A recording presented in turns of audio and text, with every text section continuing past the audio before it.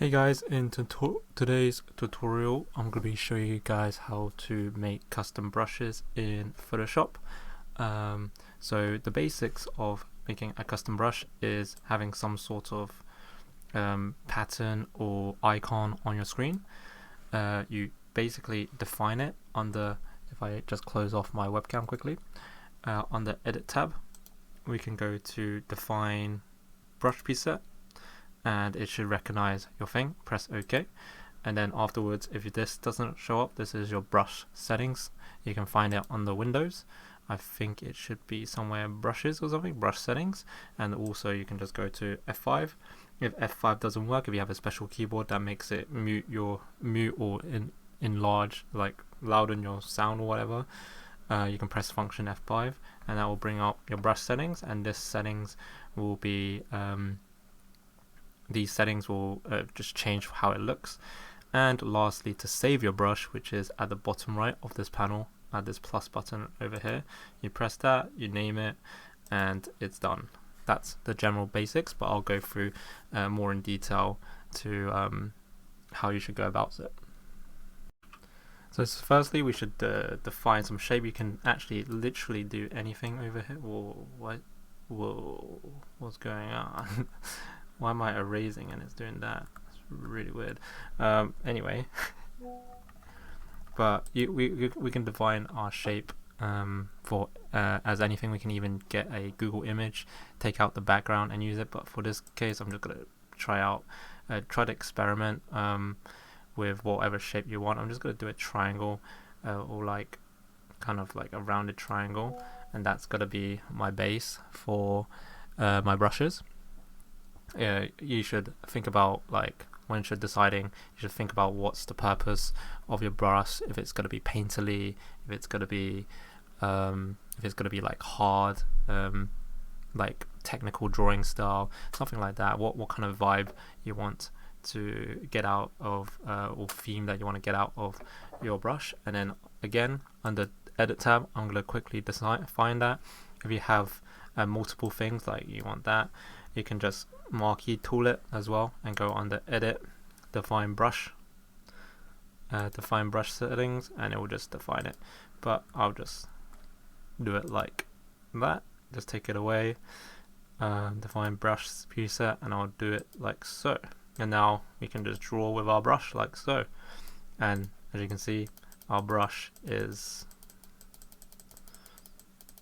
this nice triangular thing. But that's not done yet, as you know, because we can edit the settings. So for example, if I go to press F5 to get the brush settings up, I have all my brush settings over here.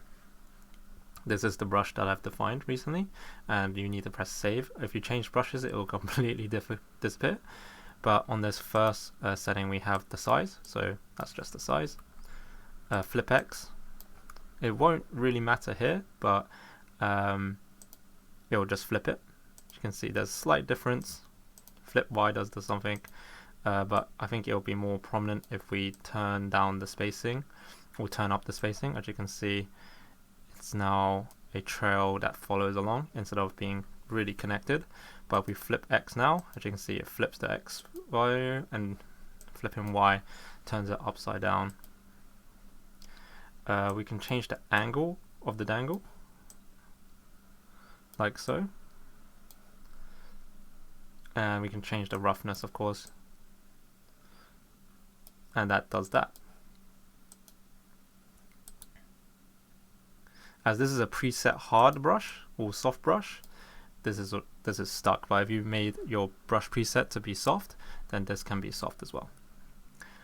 Moving on to the other settings, we'll just keep it roughly like this. I kind of wanted it do it to 0 angle and 100.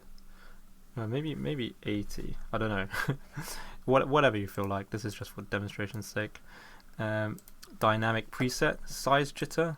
So this does matter, as you can see on the preview. This is how, if I change the spacing out a little bit, it changes the variation of the next one in line. Minimum diameter, so how close they're connected, angle jitter allows you to randomize the angles. Roundness jitter just rounds off the brush a little bit. Minimum roundness, you can play around with all these settings. I'm just going to go through them really quickly, and you can add more settings, so you can scatter them even more, make them more random. This is good for like leaves. You can even change the count of them, make more counter jitter, so it's random amount of counts. Size and texture. In the texture tab, we can there is a lot of texture in here. Let's just say, let's put this texture in, and if we scale it up, or we can probably start to see some sort of noise come out of this. It is a little bit different. As you can see, the edges are a bit more noisy. Let's just see if I can try to make it appear. There we go. As you can see, the brush has now a pattern to it, a grunge map, as you would say, like so. That's really cool. Dual brushes is really, really interesting. So I can have my brush with all these cool settings, and then I can pick another brush, and this will mix the brushes. So now my brush will look like that. If I mix it with a soft brush, it'll be like a soft whatever soft brush. If I mix it with this, it would do something like that. So as you can see, lots of options of dual brush. Color dynamics, so foreground jitter, background jitter. Can't really see what this one does. As you can see, the hue is changing. But yeah, so this one kind of changes how it formulates color, which is nice. Transfer, opacity jitter. As you can see, this one varies the opacity. Because I don't have pen pressure on, you can activate pen. I don't have a pen, but if you do have pen, you can enable this, and this is all controlled by the pen pressure or whatever pressure you would like. But I do not have a pen, so that's more for you. But it just kind of controls how the weight of this works. Brush poses. If I tilt X a bit more,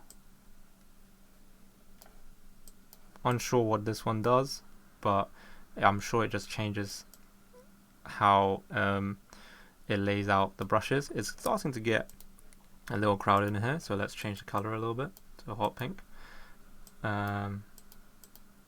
Make sure you turn it on, of course, but I don't really see much of a difference, but you can mess around with this. Noise is similar to texture, but as you can see, if I enable the noise, if I enable noise, my brush is now slightly more noisy. I can't get into the settings though,